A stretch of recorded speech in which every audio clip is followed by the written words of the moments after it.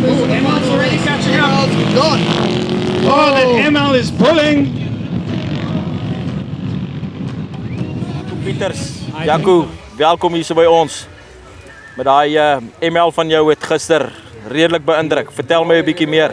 Ja, dis 'n gewone, ek dink is 2008 ML 63 is die AMG.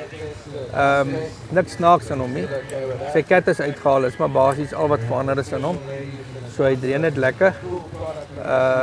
Ja, verder is maar net gery. Jy het vir ons die deur die 14 gebreek. Ek dink jy's die vinnigste ene na JP.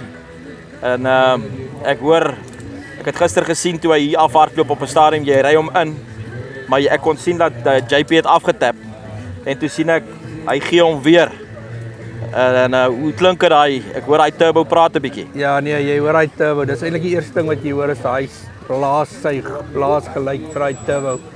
Dit is nogal impressive om te sien en dan is dit asof jy hom oppomp.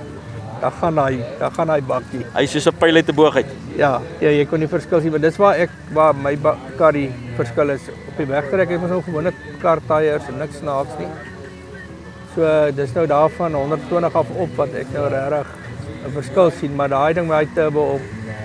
Hy's 'n ander perd. Daar het jy gesien wat 800 plus kilowatt doen. Maar ewen op jou kar, ek meen as 'n mens jou kar vat en jy gaan sit net 'n meer aggressiewe band op en 'n miskien bietjie groter, dan dink ek gaan jy nogal heel wat beter doen. Ja, mens wen mos meeste van jou reise met 'n wegtrek. So ons het nie daai wegtrekkie, ons spin maar omdat ons maar gewone padkarre, tyres op die kar het. So ek dink dit gaan groot verskil maak as mens matterrein opsit.